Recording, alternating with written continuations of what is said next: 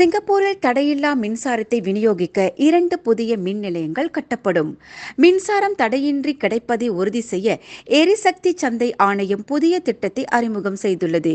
2025ஆம் ஆண்டு இந்த திட்டம் நடைப்பிற்கு வரும் என்று ஆணையம் தெரிவித்துள்ள வேளையில் 2 நிலையங்களையும் கட்டி இயக்கும் உரிமையை ஆணையம் பசிபிக் லைட் பவர் நிறுவனத்துக்கு வழங்கியிருக்கிறது என குறிப்பிட்டது.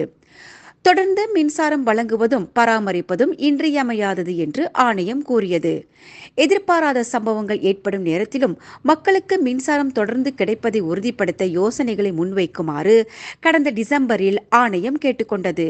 மேலும் மின்சாரம் தடைப்பட்டால் 18 நிமிடத்துக்குள் முழுமையான மின் விநியோகத்தை உறுதிப்படுத்தும் ஆற்றல் புதிய நிலையங்களுக்கு இருக்கும் என அத்தரப்பு சுட்டிக்காட்டியது. விண்வெளியில் மேலும் செய்திகளை தெரிந்து கொள்ள கீழே இருக்கும் பெல் பட்டனை அழுத்துங்கள். உங்கள் ஆதரவை வெளிப்படுத்த லைக் மற்றும் ஷேர் செய்யுங்கள். தொடர்ந்து விண்வெளியுடன் உங்கள் பயணத்தை தொடர்ந்திருக்க சப்ஸ்கிரைப் செய்யுங்கள்.